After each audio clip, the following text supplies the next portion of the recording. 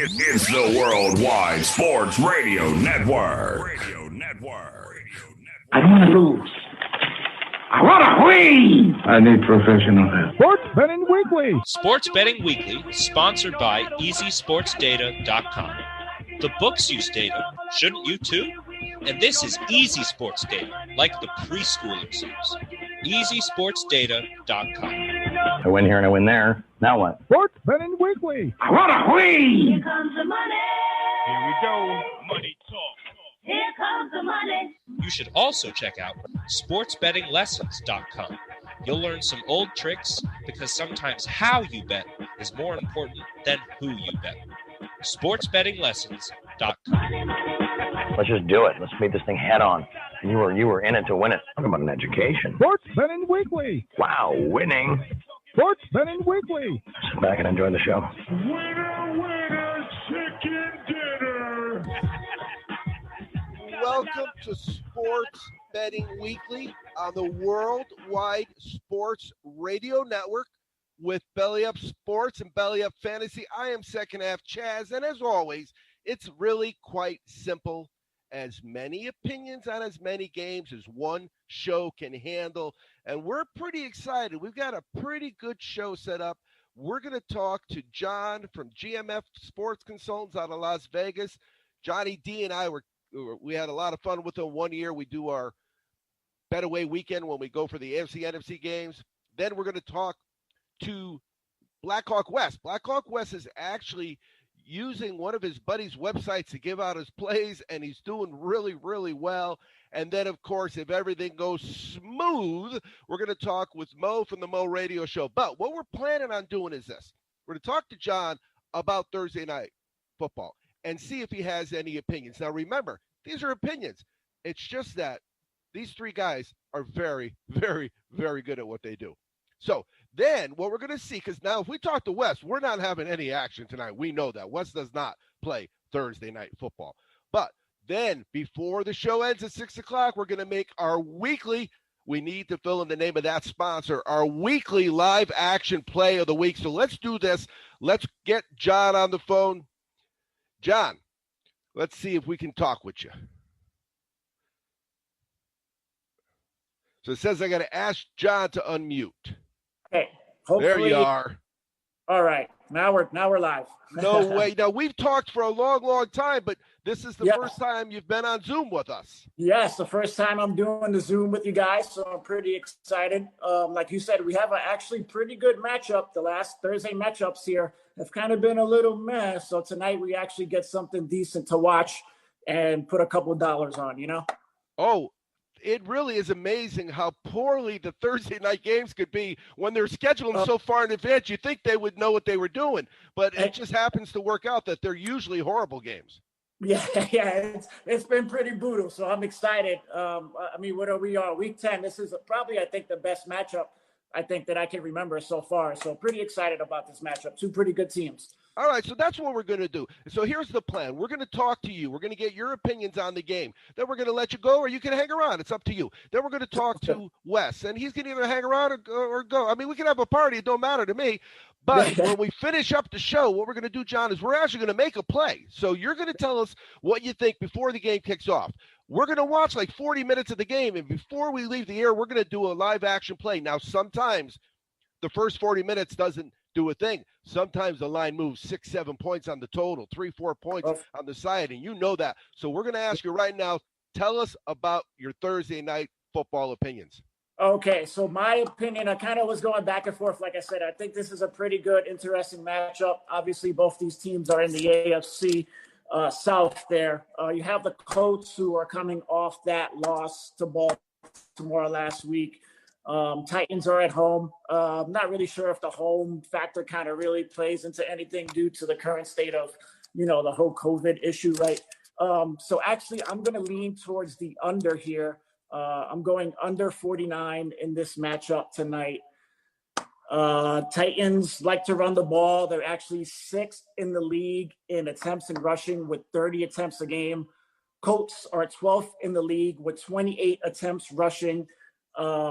And so I think it's going to be a lot of run tonight, which I hope that we see. And also 4 out of the last 5 games, these matchups, the total has finished under 50 points, 49.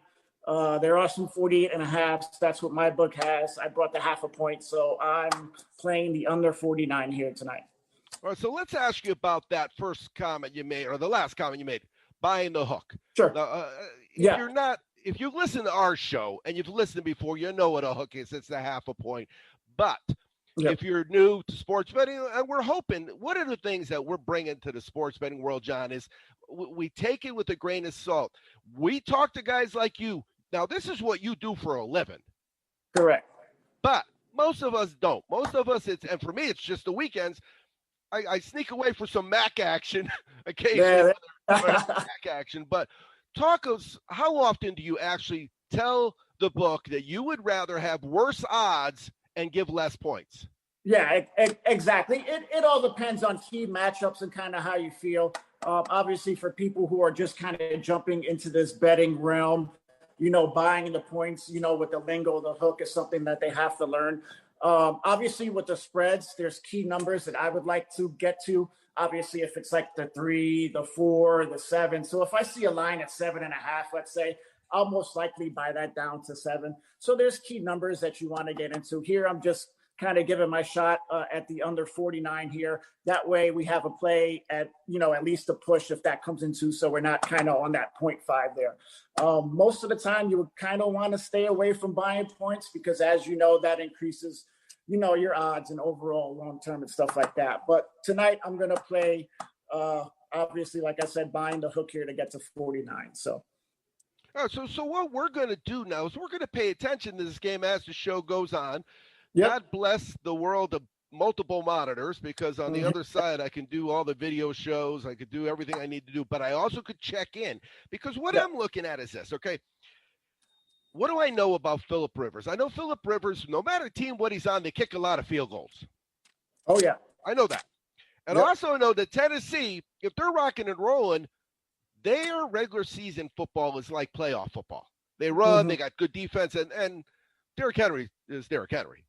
If he's having a game, it's going to be hard for that game to go over. It really is. Yeah. Because the time of possession is going to tilt, So what I'm saying is this, man, what if I could say 6 points? I always look for 6 points. So, and when Wes comes on, Wes and I do a lot of live action together. What percentage of your plays are live action? It very, very small, honestly. Me personally, I know a lot of guys who just bet strictly in play, and I know a lot of guys who kind of split it up. My percentage is probably less than 20%, to be quite honest with you. Sometimes there is lines that you can take advantage of in play. Obviously, in play is probably one of the few things as bettors that we have in our favor, because we're able to kind of see the action of the game and kind of jump in as the game is taking place rather than before. So that's one of the few things that, I think as bettors that we could probably take advantage of. Obviously most of the formats, most of the sports books have in-play wagering. So there are a lot of advantages to doing in-play. I unfortunately don't do that much. The majority of my personal bets are pretty much placed in between games. Well, and again, you can look at it a couple ways. I always look at it like handicapping is in the past. Live action is in the present, and the present is there for just a second. So I'll give you an example. The other day, I bet a game, and as soon as I got the bet in, and as you know, with live action, you can want live action all you want. That doesn't mean you're getting that action in. It moves like a squirrel with its tail on fire. It moves so fast. But then what happens is something good happens, and sometimes something bad happens, and you got the line down to -6 on the favorite who gave up an early touchdown, and then they give up another touchdown. Now they're down 14-0. So you got to be careful, because you can't get burned by live action as well. Oh, correct. Like you said, the game can change at any given moment there, and that's the thing. It's the live action bets. You got to be really quick to get on it at that specific time. Sometimes you get in a little ahead of yourself and you get a good line. Sometimes maybe you missed out. But I guess that's kind of, the game we all play in the game itself with live betting. So no doubt. And we talk about it with our friends on Belly Up Sports, Belly Up Fantasy. We talk with the DCs on their show Saturday night about really what it becomes is a situation where sometimes you're wrong. you handicap, you're just wrong. And you can use live action to overcome it. Sometimes you're wrong and you're wrong on the live action. So I'll bet the first half I lost that one. I come back with him. I lost that again. I bet the game. I lost that. I'll come back with him. I lost. So you can lose as many times with live action as you could ever betting beforehand. But what I wanted to ask you was about this week's card. When do you really get most of your bets in? Do you wait and see about weather, about injuries, about COVID, or do you pounce when you see a number? Me personally, I always wait, and especially during this kind of COVID era, you just never, ever, ever know. You never know who's, might catch the virus, who might get injured. So I think this year, more than any other year, I think it's more important to kind of wait. Now, obviously, you might, miss a line by a point or two, but I feel as if, though, that this year that it's pretty much important to kind of wait. I normally do my capping the night before. So let's say for the Saturday college games, I'll start putting out my layout Friday, and then I start getting into weather and injuries and stuff like that. So everything's pretty much kind of the day before, and then either, late overnight or even early morning. I'm in Vegas, so, the games here start at 9:00. So sometimes I'll be up about 6, 7 o'clock in the morning, and I'll try to get my games in that morning before the public kind of gets it in, because, the public kind of really the last hour or, hour to 2 hours before the game starts is when they start seeing the lines can jump up. So that's kind of my mentality towards it. I very rarely do betting of too far ahead in front of the games. Mine's pretty much, hours before, maybe the night before. So when you're playing in Vegas, you go to the books? Are you doing it online? You doing it over the phone? How you betting? I like to do a little combination of both. I have the app. Obviously, the app is super easy. You just place whatever you want on your phone. Obviously, if you're doing in-game, you need the app on your phone if you're sitting here watching the games. But, I'm fortunate to have my local casino 5 minutes away. And I don't want to say old school, but I just like going into the sports book. I like the feel of the sports books, the action of the sports books. To me, there's nothing better than actually going up there and actually getting that physical ticket in your hand. Holding that ticket, watching the game play out sort of the whole, way through. I think that's kind of like the big action for me too, is just that feeling of being able to cash in that ticket. I think sort of when you do the whole online thing, like you kind of miss out on all of that. So, some of the younger generation, all they know is the online app. And obviously there's a lot of states, that maybe you can't get to a casino. So I'm a little bit fortunate, obviously, being here in Vegas, that we have casinos all around. So that's the one good thing about it. Yeah. Now I saw the video you did recently. Where was that? That was from by your house? Yeah, that was actually right by my house. It's a local Stations Casino. They own all the local casinos around here. They have probably about 6 of them, 7 open now. A few of them are still closed. But yeah, that one's literally not even 5 minutes from my house. So pretty decent book.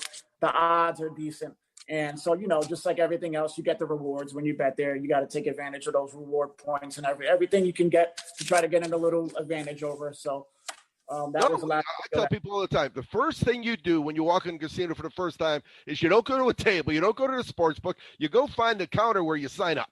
Yeah, you got to get that card. You might as well get something out of it if you're going to be spending money there. At least get a buffet or something, All right, so we saw your video from the casino. Where do we see it? It was on your Instagram account, right? Yeah, correct. That's on my Instagram. That's where pretty much 99%, of my social media and all my kind of marketing goes to the Instagram. GMF_sports_consultants. You guys can find me on there. Obviously trying to post a little bit more, but I'm pretty active on there. Instagram is the very much so.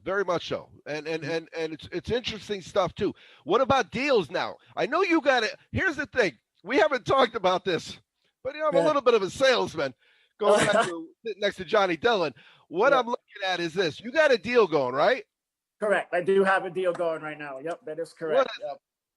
So there's a couple that I'm running right now, but the main big one, what I'm doing, it's actually $199, and you actually get all the plays, which is pretty much going to be college football and NFL. We're still kind of on the fence about, hockey and obviously the NBA and college situation.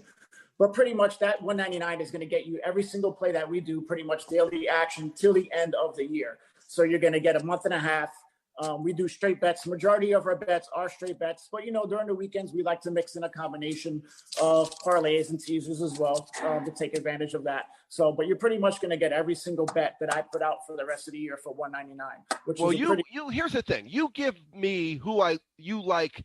It's my responsibility to bet the way I want to bet.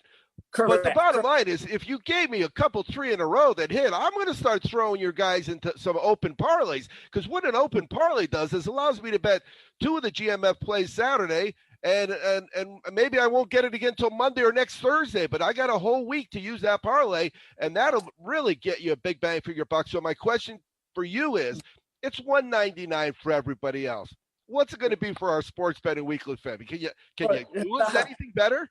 Of course, just for you. Obviously, we've always talked. I mean, we've been talking kind of on the phone and through videos for a while now. So the Sports Betting Weekly, if anybody's interested to sign up out there, or whoever's watching this broadcast podcast, I'll drop it down even to $149. So we're going to drop it down $50. That's $149. I would have took $10. You had me at $199. But what I'll do is, we're pretty good with social media. We got the Belly Up Sports team. We got Speedy Petey over there at the Wide World Sports Radio Network. So we'll get the word out. But I can vouch for you because I've known you now. Now, remember, we are coming back. We come back every year, right, for the AFC, NFC. Last year, we weren't able to hook up. So I forget what it was. But anyway, this year, it's a little different. But we're going to make a trip the weekend after Thanksgiving. So not the last weekend in November, that first weekend in December. I think it's December 7th. We are heading to Vegas. We're going to be doing our show on Thursday here on the Wide World Sports Radio Network. Then we're going to go Friday, and we're driving to Vegas, and we're going to spend the weekend in Vegas. So hopefully, if everything goes well, we'll be able to hook up and socially distance a little bit. Definitely. I'm looking forward to that. Like you said, we kind of missed last year, but the year before that, pre-COVID, we got to meet up and kind of hang out for a little bit, which was very cool, and kind of watch some of those playoff games there. Yeah, definitely. When you guys are in town, let me know. We'll definitely get up. That sounds good to me. All right, so we're at a point now where we're gonna screen share. We're gonna put on some spots. We're gonna get ready to get Wes in here. Did you want to hang around, or you got to go? I'm actually going to head out. I'm actually going to head down to the casino right now. Go get him. Good luck tonight. We're going to be watching that game, and our goal is to see if maybe we could get that under a little lower and see what happens and pounce on it. Hey, as you know, 47 to 49 is a big difference. Oh yeah, it is. Those couple of points really make a difference anywhere you go. So that's a good advantage to take care of, and especially with the in game. That's, like I said, one thing that us bettors can do to our advantage, kind of over the book. So always opportunities. All right, buddy. We'll talk again soon. Thanks again. Definitely. For coming on. Awesome. Thank you for having me on. I appreciate it. Good luck, guys. Thank you. And that's John from the GMF Sports Consultants. And what we will do is we will have him on for our social media to get you pushed. Remember, he's going to save you $50 now. He's saving you $50, so that's not a bad deal. When we get back, we're going to get Blackhawk West. You're listening to Sports Betting Weekly on the Worldwide Sports Radio Network. It's the Worldwide Sports Radio Network. Sports Betting Weekly. You keep lying when you ought to be truthing. And you keep losing when you ought to not bet. Sit back and enjoy the show. Winner, chicken dinner.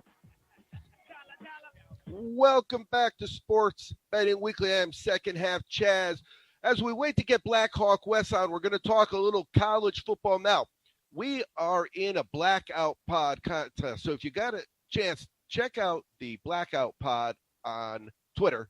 It's a podcast for college football. These guys are really, really good, and I know because I'm pretty good at college football, and I'm chasing their tail. However, I will agree that this has been a unique year, to say the least, when it comes to college football, and I think COVID has a lot to do with that. It really has been a crazy year for everybody. But the games start with 15 games, and they say, okay, we're going to get you a prize if you get all 15. And actually, Manscaped, which you're familiar with, is the sponsor for that prize. Now, one of the things you got to say is, okay, they start with 15. How many games are they going to end up with? And already the Georgia-Missouri game, gone, bye-bye. Ohio State, Maryland, no mas. So what we're down is 13 games, and that's really Thursday. These games are Saturday. It's pretty easy to see a couple more sliding away. We've got Indiana, Michigan State.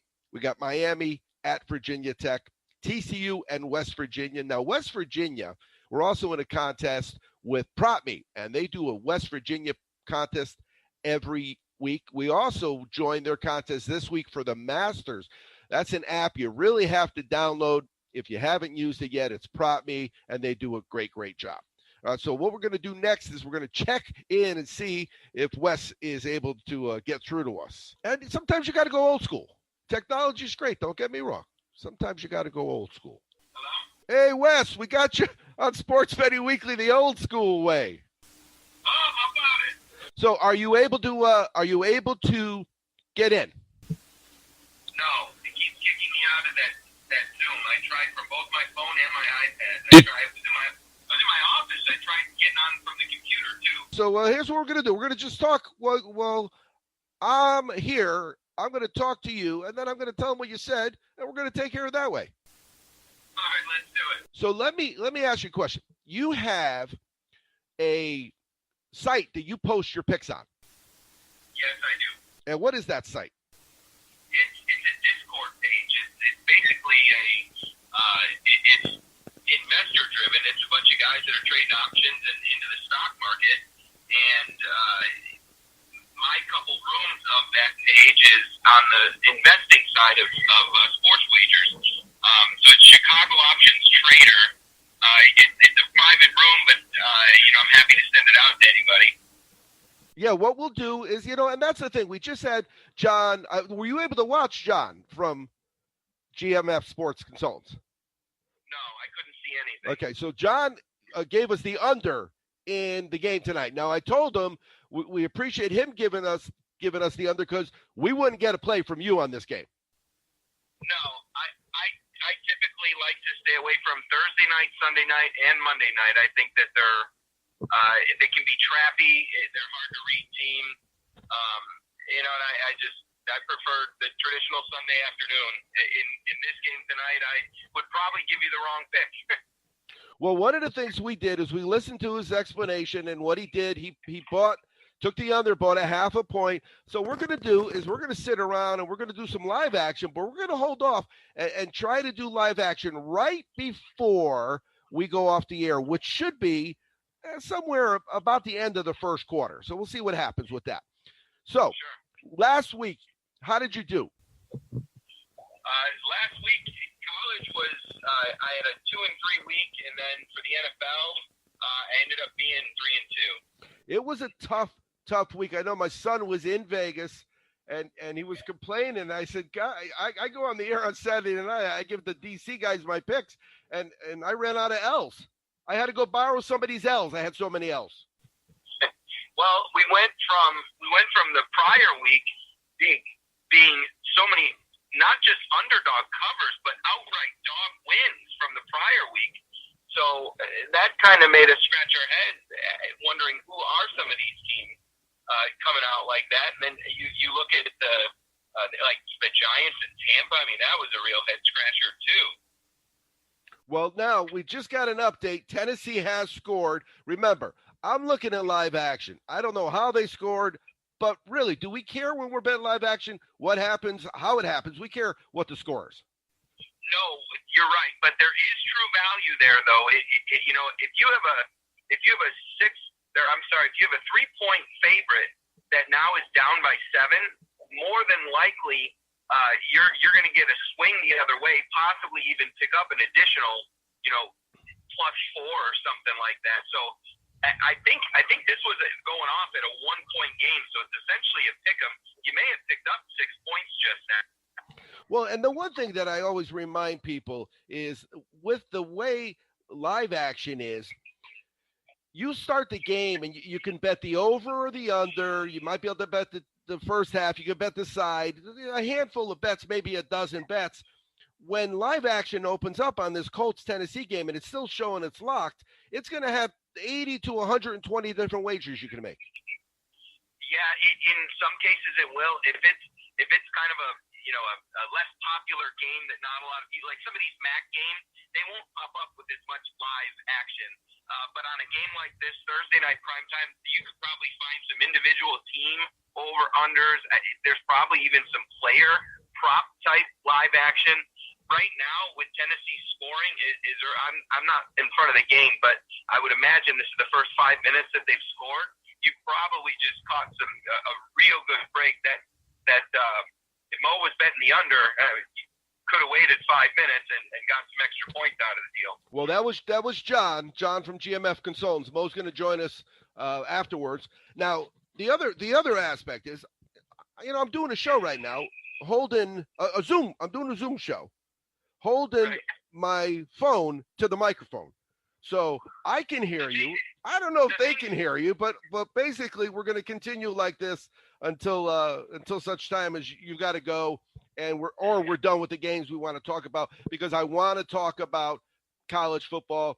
It's been a crazy years. You're seeing fourth string quarterbacks. You're seeing games postponed. You're seeing stadiums that are normally so full that they shake. The cameras shake when you're watching the game, and they got no people in it. So what I do is I want to go over my CBS picks with you and get an idea of what you think. Sure, let's do it. The first game that I'm looking at that I'm a little confused about, because it's a Pac-12 game, is Colorado and Stanford. I mean, how am I supposed to pick what team is going to win a game when they've only played once? Right. I saw that game, and is the line 6 or 6.5 right now? Well, remember, this is a confidence pool. Yeah. So I really have to number that game somewhere between 1 and 13. 1 makes it the lowest level, and of course I get 1 point if it's right, and 13 if it's right. And I'm thinking I've got some Pac-12s. I got USC Arizona on here. I got Colorado Stanford on here. I think the Cal Arizona State, didn't that get canceled as well? Yeah, I think it did. That Stanford one, I would never use Stanford as a confidence thing.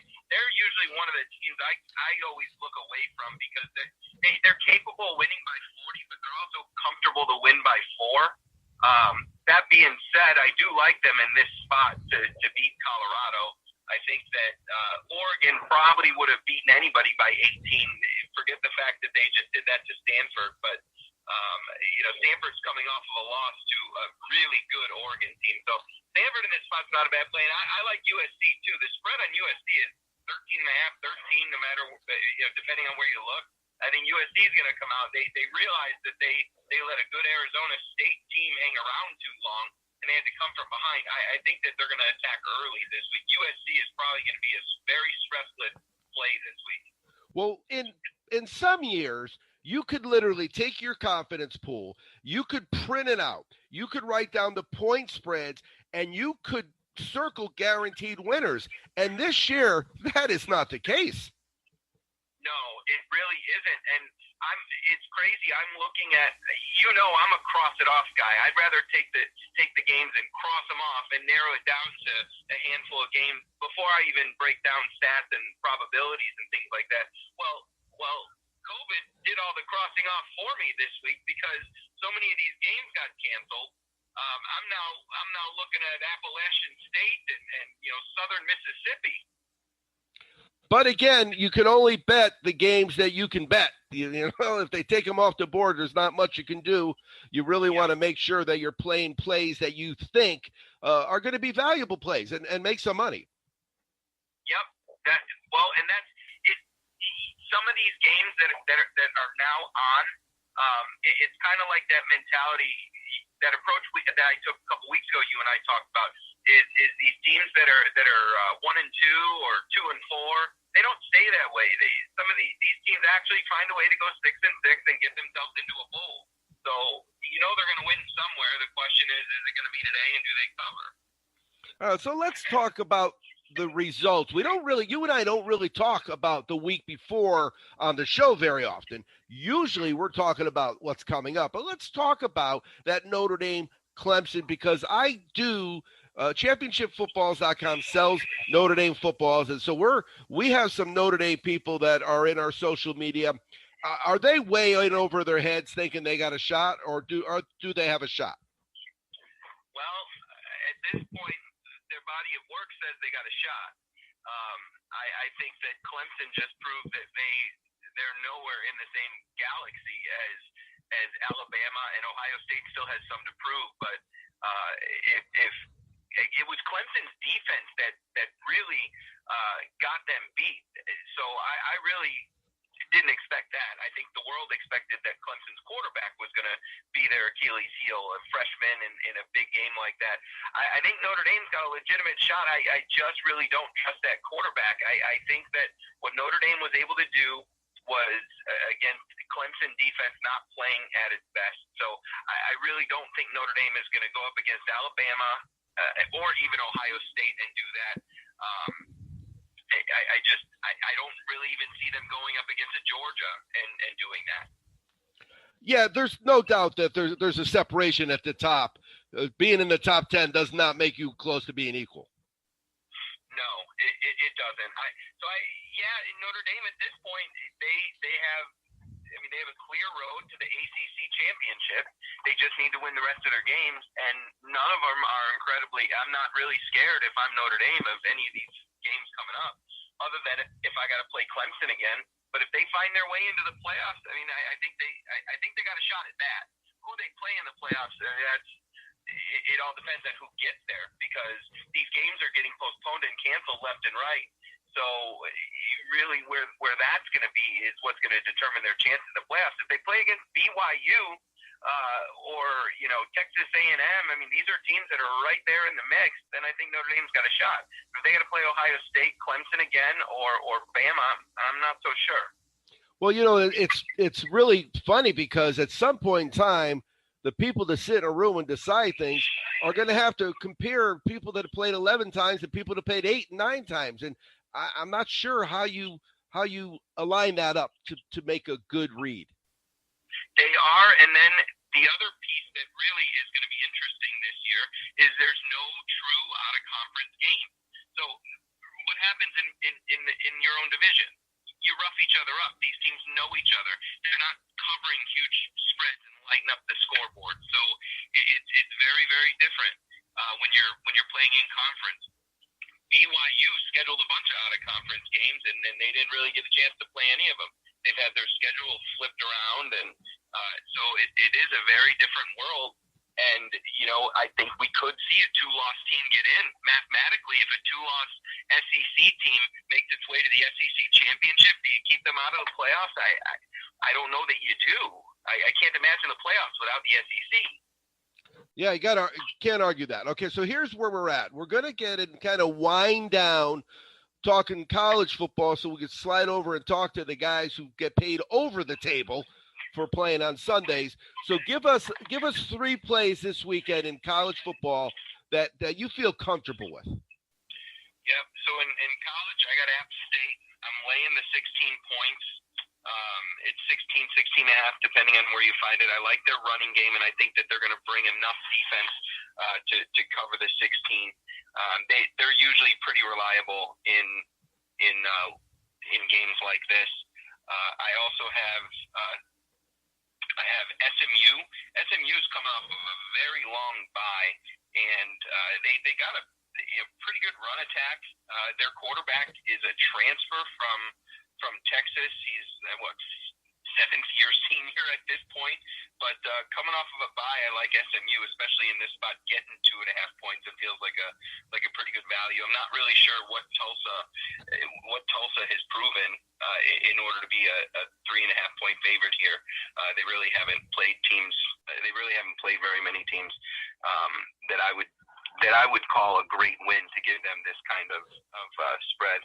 And then I like Southern Miss. And I don't have my notes for the why, but I like Southern Miss getting 6 or 6.5. depending on where you go. I think that these two teams are pretty evenly matched, and this goes back to what we were just talking about a minute ago. Both these teams are 2-5, 2-6. Southern Miss is typically always in a bowl, so they're going against a Western Kentucky team that really I just can't figure it out. They got a quarterback that hasn't really thrown picks. He hasn't thrown one all season, although Southern Mississippi, they can pick the ball off. So I like getting the points on a matchup where the teams are pretty equally matched. No, and again, those are the kind of plays where you really like the money line, because 2.5, 3 points is not a definitive favorite. No, it's not, and but then again, sometimes there's those lines where is this real? Is it here just to mess with me? I better take the points. We have so many of those every year, guys that call in the show. We talk about a game, they get to the game, and that game is a head scratcher. I'm not seeing this. What am I missing? And sometimes you're not sure, but in hindsight, you're 100% clear what it was. Well, and you just, for a second, you just got to think, okay, do I take the 2.5 or 3 points or take the money line? Well, the money line is probably going to, in this spot, the money line pays plus 130, and taking the points pays minus 105. I'd much rather take the points and a better shot at winning. No doubt about it. All right, so we're going to slide over to Sunday. Now, Sunday, you're in pretty good shape in our prop me contest that we do through Belly Up. You have some points there. I'm not doing as well as I would have liked, and I don't know if it's because I'm the one picking the props, but I've had a couple good weeks, but it seems like every single week I'm seeing a game, and I could not have been more wrong. Is there a game this week that jumps out at you that people are going to look back on and say, boy, we were wrong? Well, I think the world wants to look at this New England-Baltimore game, and New England getting 7 points at home. Their defense is not playing bad.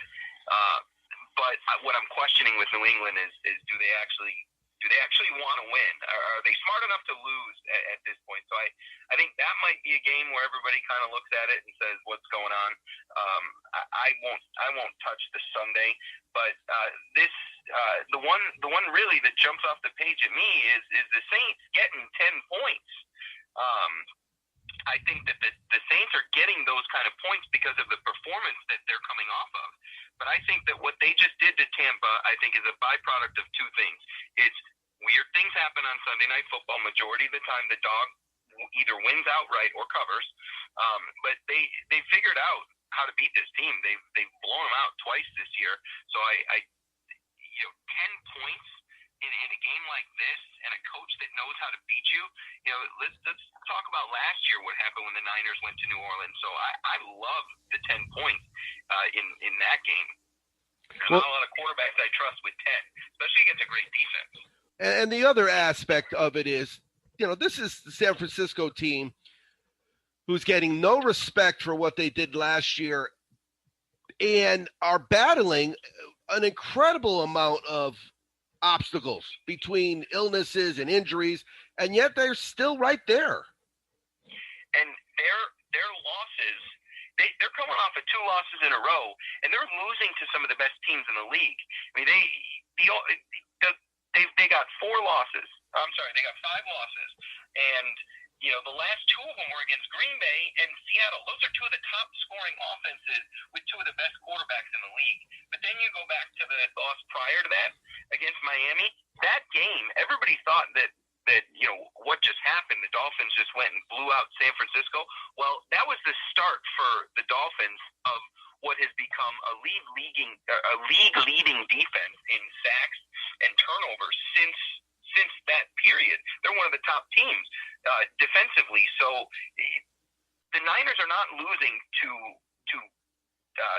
terrible teams. They're losing to some of the better teams in the league.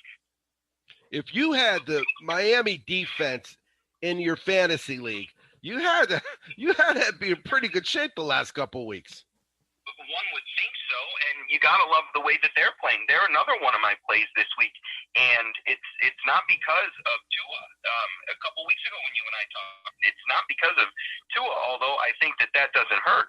But for Miami this week, their defense is playing fantastic. They're sacking quarterbacks. They're taking the ball away, and they're not asking their young quarterback to do too much. And now they get a Chargers team that's traveling across the country to play them.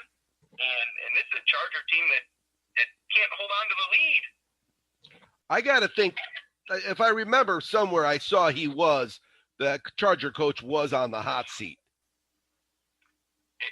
If he's not, then there needs to be a new hot seat operator and turn up that temperature, because giving up leads like what's happened these last couple weeks, I mean, that comes down to conditioning and coaching, and that's a mental thing, right? I would think. Well, we called it, I think last week we called it record-breaking stinking, because they stunk on a record level.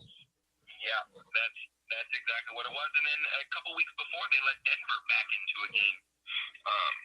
So, yeah, I like Miami in this spot. But you know what? To the question you asked, maybe that's one where we are scratching our head. I've looked at it all different angles, and I just can't see how Miami doesn't win that game pretty convincingly. But that's one of those low spreads. All right, so let's do this. Let's go through the board, and some of the games I'm going to just make comments about, and I'm thinking that I'll be on the same page. So, of course, Thursday night, we're still waiting around for the live action to pop. So what happened is we're following John from GMF Sports Consultants Underplay, and they scored right away. They scored in the first 3 minutes. Tennessee did. It's 7-0. But now there's 5 minutes in the first quarter. The Colts have the ball deep in their own end, and it's still 7-0. So we haven't had any live action opportunities yet because it hasn't opened. But the next game is Philly at New York Giants. So you're not even going to look at that game, right? You're just crossing it right off. I just cross it off. I honestly just cross it off, and that's just a thing I do. Any NFC East matchup, no matter the team, I just cross it off. And if you look at what they've done to each other this year, Dallas, I don't. There was a point when Dallas had gone 6 games and not covered a spread, and they were a really bad favorite. But the Giants have been the ultimate spread dog. I mean, they just wreck spreads when they're the underdog. But then Washington has kind of done the same thing, but they just rough each other up, and every one of these matchups just kind of looks the same to me. And it's easier to walk away. To me, walking away from it is more powerful than winning. Oh, it ain't worth it, especially when you lose, and then you go back and you got 2 things you got to kick yourself. One is because you bet it and lost, and the other is because you broke one of your rules. Yeah, that's exactly it. I mean, if I had to pick this game, I would flip a coin. I'd probably get a quicker answer than if I were to try and break down the stats and the matchups and everything else. Hey, you know what? I really want to thank you for coming on. I do apologize for the Zoom issues, but you do realize we've got another 10 minutes here, and I have no idea if the people could even hear you. Well, thanks for trying to get me in. Nobody could ever tell me that you don't love me. Yeah, all right. So here's the next game, Washington, Detroit. One of those teams is from the NFC East. Are we throwing that whole game out? No, I wouldn't throw that whole game out. The only way I would throw it out is if Washington was playing Dallas or Philly. I like actually Washington in this spot. 5.5 points or 6, depending on where you look, is too many. Washington does not have a bad defense, and Alex Smith is going to play. And Alex Smith doesn't give games away. And to me, with 2 teams like this that don't have great offenses, the team that's going to win is the team that gets a turnover, or I should say the team that's going to lose is one that gives the ball away. And Alex Smith is not going to give the ball away. I don't know that he wins the game for them, but he's not going to give them any extra chances.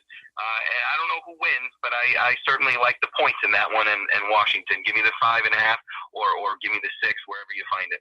Now, you and I have been talking for years, and when we first started the show, there weren't 13, 14, 15, 16, 17, 18, 19-point NFL favorites very often.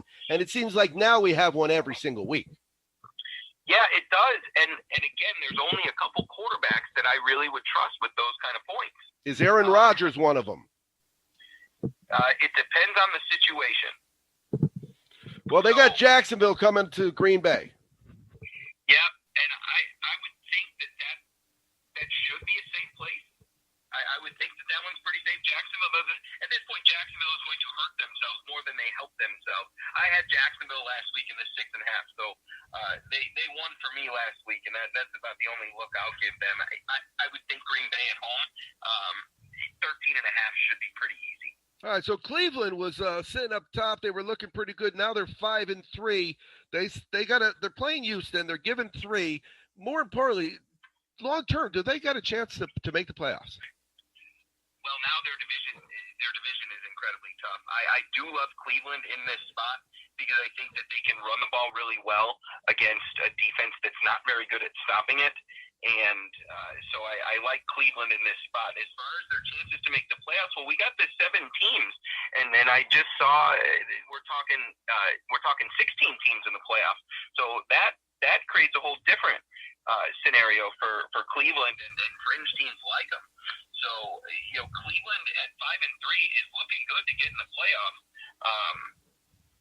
Really, their challenge would be the Raiders, the Colts, and Miami. But I think that Cleveland does have a shot at making the playoffs, and the way that their style of football makes sense in the playoffs. They're not really this high-flying offense that needs the fast turf and the sun shining. So if they get to the playoffs, I think that they could win a game depending on who they play. But I do like them in this spot this week. They're not coming off of a bye, but it's kind of like a half bye because they had the Thursday night game the prior week. What about Tom Brady and Tampa Bay? They're going into Carolina. I think Carolina's running back McCaffrey is hurt. They're still getting 4.5. What did we see last week from Tampa Bay? Was it Tampa Bay? Was it New Orleans? Was it just a combination of everything? And should we start worrying about Tom Brady? No, I'm not worried about Tom Brady, not even a little bit. I think that the game last week is just simply Sean Payton having Tampa's number. For whatever reason, he's got their number, and someone wasn't right early, and Tampa just kind of let it go. But if you go back, if you just look at Tampa after their losses this year, they lost to the Saints. They came back 31-17 the following week against Carolina. This could be a repeat, but if you go back to their loss to the Bears, they came back the following week and went 38-10 against Green Bay. So not only do they come back and win from a loss, they come back and they win by a pretty good margin. And if you look at most of their wins this year, they only have one win that was less than really a touchdown. I mean, most of their wins are by 7, 8, 10, 14. They won against the Giants 25-23, but the rest of the way, their wins are by pretty large, 2 touchdowns or more. So I feel great about Tampa in this situation. All right, so the Colts just threw an incomplete pass at the Tennessee 6, 3rd and 3. Are you at all watching the game or have the game on anywhere?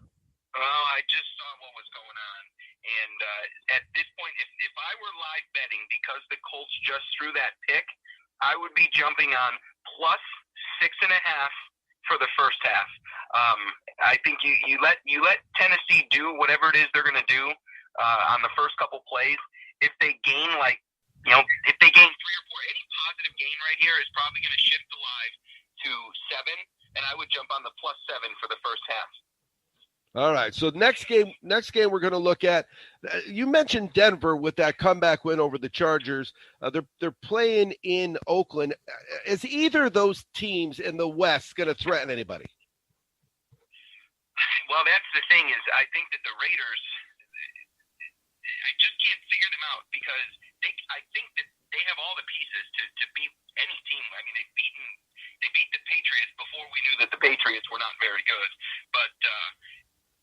I'm sorry, they lost to the Patriots. They've beaten the Saints this year. They've, they're not terrible. So I think that they can win a playoff game if they get to the playoffs. As far as the game this weekend, I think they cover the 4. I don't think they have a problem covering the 4. They have all the weapons on offense and defense to do it. They just need to tie it all together and be able to win consistently. I would agree. And not only just win consistently, even play consistently, because from quarter to quarter, sometimes the Raiders look great and then they look horrible. Yeah, and then you get into a game where a couple weeks ago where they played the Browns. and I mean that was a coach win. There was nothing that those players did to win that game. It was nothing but field goals. And so if they get into a close game like that, you got to trust that. You got to trust Gruden to make the right call in certain scenarios. So I like this Raiders team. I am not really comfortable with, as a Chiefs fan, what it's going to look like when we play them here in a few weeks. All right, so we got a couple minutes left. We got a few games we didn't talk about. We did talk about San Francisco, New Orleans with the 10. Seattle and the Rams, that's one that's jumping out at me a little bit. The Rams are favored. Yep, and I like the Rams there. All right, so now before we go, we're going to hop on and do our weekly live action play. So what you're saying is we're going into the first half, and we're looking at the point spread for the first half. Yep. All right, we got the Colts here, plus 3.5 at plus 102. Yep. I'm saying you watch Tennessee run a couple plays, see if we can catch this first half at 4. If I think that's the play. If Tennessee scores, you're going to get plus 10.5 on the first half, and that's where you get in. All right, that sounds like a play. Now, I'm also looking at John's play. So if that field goal, they kicked the field goal with 29 seconds left in the quarter, it looks like, and that, of course, is going to push them over for the first quarter. I'm betting the first quarter to first half. So when I look at the game now, the game is literally, for the total, right about where John had it at 49.5. So if I'm going to hold off also on the gameplay, I'm going to wait a little bit, and I'm going to see if I can get that under 42.5. And because I think that's the number I'm looking at. I think I can get some good points for that. Well, so right now, what I'm looking at on Bovada, the over under is 49.5. Right. And so if I go under 42.5, I get some good odds. Let me see. Well, I'm getting 45 now at plus 32. Yes. Plus 132. Yep. And now I got 40. So I got under 42.5 right there. Boom. Plus 206. I'm on it. And that's the play of the week. There's your live play of the week. Under 42.5 plus 206. Wes, again, I'm hoping that when we hear this tomorrow, they heard you. I heard you, and I always love your why. So thanks again for joining us. Awesome. Have a good week, brother. All right. So again, appreciate the patience with the technology. Mo had to work, so he couldn't come in. But we'll be on social media. We'll get some of Mo's plays. We'll recap John's talk. We'll recap what Wes said. And if you listen to these guys, and I have been for 7 years, you'll always be cashing. I'm second half. Chaz, have a good night.